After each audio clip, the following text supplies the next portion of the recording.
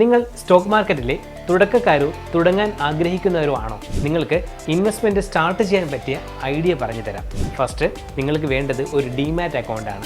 Angel വണ്ണോ സെറോദയോ അങ്ങനെ ഏതെങ്കിലും ഒരു ബ്രോക്കർ ത്രൂ ഒരു ഡിമാറ്റ് അക്കൗണ്ട് ഓപ്പൺ ചെയ്യുക. ഡിമാറ്റ് അക്കൗണ്ട് എന്താണെന്ന് സിമ്പിളായി പറഞ്ഞാൽ നിങ്ങൾ മേടിക്കുന്ന ഷെയർസ് കീപ്പ് ചെയ്യുന്ന ഒരു ലോക്കറാണ്. ഏതെങ്കിലും ഒരു ബ്രോക്കർ ത്രൂ മാത്രമേ ഡിമാറ്റ് അക്കൗണ്ട് ഓപ്പൺ ചെയ്യാൻ പറ്റുള്ളൂ.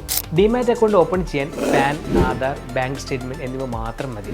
ഇനി ഡിമാറ്റ് അക്കൗണ്ട് ഓപ്പൺ ആയാൽ ബ്രോക്കർ ടെർമിനലിൽ പോയി നിഫ്റ്റി 50 ETF എന്ന് ടൈപ്പ് ചെയ്യും. നിഫ്റ്റി 50 ETF-ൻ്റെ നിലവിലെ ട്രേഡിംഗ് പ്രൈസ് 270 രൂപയോളമാണ്. NSE-യിൽ ലിസ്റ്റ് ചെയ്തിട്ടുള്ള ഇന്ത്യയിലെ ടോപ്പ് 50 കമ്പനീസിലേക്കാണ് ഈ ഫണ്ട് ഇൻവെസ്റ്റ് ചെയ്യുന്നത്. നിങ്ങൾ 1000 രൂപ നിഫ്റ്റി 50 ETF-ൽ ഇൻവെസ്റ്റ് ചെയ്യുകയാണെങ്കിൽ 1000 രൂപയുടെ ഫണ്ട് അലൊക്കേഷൻ എങ്ങനെയാണെന്ന് നമുക്ക് നോക്കാം.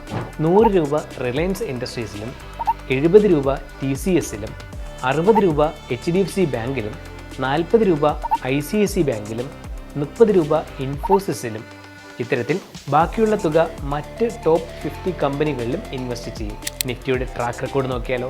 1995-ൽ ബേസ് വാല്യൂ 1000 ആയിട്ട് സ്റ്റാർട്ട് ചെയ്ത ഇൻഡെക്സ് വാല്യൂ ഇപ്പോൾ 25,000 കഴിഞ്ഞ് നിൽക്കുകയാണ്. ലോങ് ടൈമിലേക്ക് നിഫ്റ്റി ഗെയിൻ മാത്രമേ നൽകിയിട്ടുള്ളൂ. തുടക്കക്കാരെ സംബന്ധിച്ചിടത്തോളം നിഫ്റ്റി 50 ETF നല്ലൊരു ഇൻവെസ്റ്റ്മെൻറ്റ് ഐഡിയ ആണ്. വീഡിയോ തുടക്കക്കാർക്ക് ഷെയർ ചെയ്യാൻ മറക്കണ്ട. സ്റ്റോക്ക് മാർക്കറ്റും ഇൻവെസ്റ്റ്മെൻറ്റുമായി ബന്ധപ്പെട്ട എന്ത് സംശയങ്ങളും താഴെ കമൻറ്റ് ചെയ്യൂ.